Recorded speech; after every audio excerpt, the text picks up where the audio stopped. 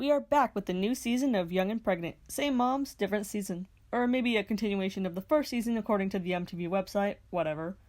This season starts out with Bar and Ashley. Bar went to his friend's house after the shit show of a party. Ashley says she feels betrayed by Bar almost fighting with their sister, because those two never had an issue previously. She meets with her sister Chris, and they talk about how out of control Shen was. Ashley says she needs to talk to Bar and not talk to his mom anymore, and Bar needs to apologize to Chris. Next is Kayla and Stefan. After Stefan's lame-ass apology on the reunion, nothing has actually changed, which I'm sure comes as a shocker to everybody. Kayla says that her and him still get along, though, meaning of course that they still bang. I mean, after that, Kayla says, the only way things can get better now is if you stay the night again. What does that have to do with what your mom thinks of him? She probably realizes how that sounded, and after that she's like, oh yeah, maybe you better apologize to her for real this time. Jayde says she is ashamed of staying with Shawn so long and is moving on now.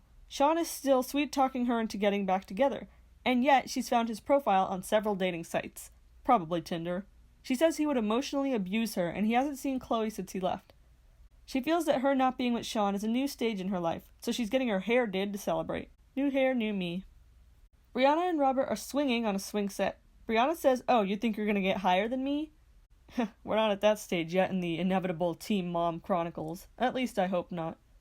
Brianna talks to her sister Vanessa and says she likes Robert better than she ever did Danae.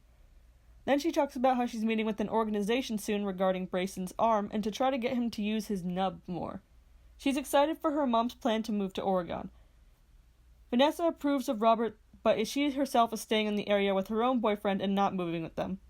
On the less impulsive side of the moving debate is Lexi. Kyler wants to move away to Arizona with her, but she thinks they aren't ready. Her mom says Lexi let Kyler boss her around for most of their relationship, and she's glad she's taking a stand on this. Bar and Ashley stop fighting each other's families for a day to sit down and talk. Bar says he shouldn't have tried to fight Chris because I'm operating on normal moral codes, which is of course evident by his criminal record for domestic abuse and distribution of meth. Ashley says he needs anger management. Bar even admits it. Can't really deny it given the video evidence. He doesn't want to get so mad that he gets into a fight, dies, and Holly doesn't have him. Of course, he says that in a pretty roundabout ghetto way, but I went ahead and translated that for you. Bar and Ashley say they love each other and want to work it out. Shawn is at that place. Literally, it's called That Place. Welcome to Indiana.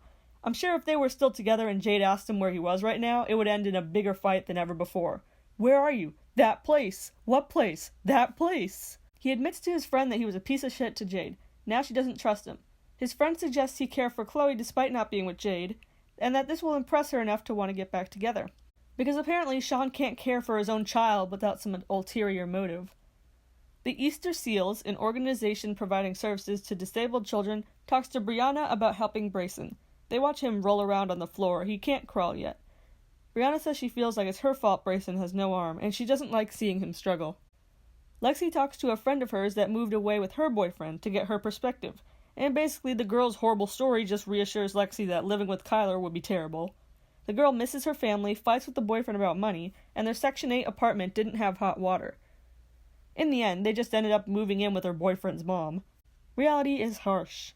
For the environment shots before Kayla's scene, we see a water tower that says Town of Cortland on it. Harkens back to the best Teen Mom cast member that never was. Stefan is over at Kayla's house. They try to get him to say dada, but I get the feeling that won't be his first word. Or his second, or his third. He might not need to use it much at all. When Stefan picks Isaiah up while he was playing with the toy, Stefan says, I'm sorry to rob you of your train. This is unreal. He apologized about robbing the baby of his train before apologizing to Kayla's mom about robbing her actual money. Stefan is supposedly there to apologize, but can't seem to get the words out. It's like he physically cannot make himself say it, much like Squidward in that April Fool's SpongeBob episode. Finally, he says he guesses he's saying sorry, and she accepts it. Kayla is of course thrilled about this. She's like, oh, now Stefan can help me sleep. Okay, more like not sleep. Brianna and her family are packing for the big move. She finds a box of old stuff and says, now to get rid of these books. As you can see, I don't read any of them. Yeah, as we can all see by the child you had at 16, education doesn't seem to be your priority. At least you're self-aware. They're going to meet Brianna's grandpa once they get there. She says her grandpa is really protective of her. He didn't like Danae too much. Robert says he is having some second thoughts about moving and is a little scared. Bar and Ashley meet up with Ashley's sister Chris. They play pool and talk. After a conversation that consists 95% of "you feel me" and "bruh," they make up and say there's no bad blood now and it should never have gone that far. Lexi and Kyler talk about moving. Lexi says she still doesn't want to move. Kyler says, "You're 18, you need to get off mommy's tit." "Kyler, how about you get rid of your own tits before trying to talk down to Lexi? Thanks." He also says Lexi gets everything she wants, but not this time. We move when I want. "Okay, Kyler, guess you're gonna drag her all the way to Arizona. Not sure you'll get too far." Jayde says her new purplish hair makes her feel empowered and proud of herself.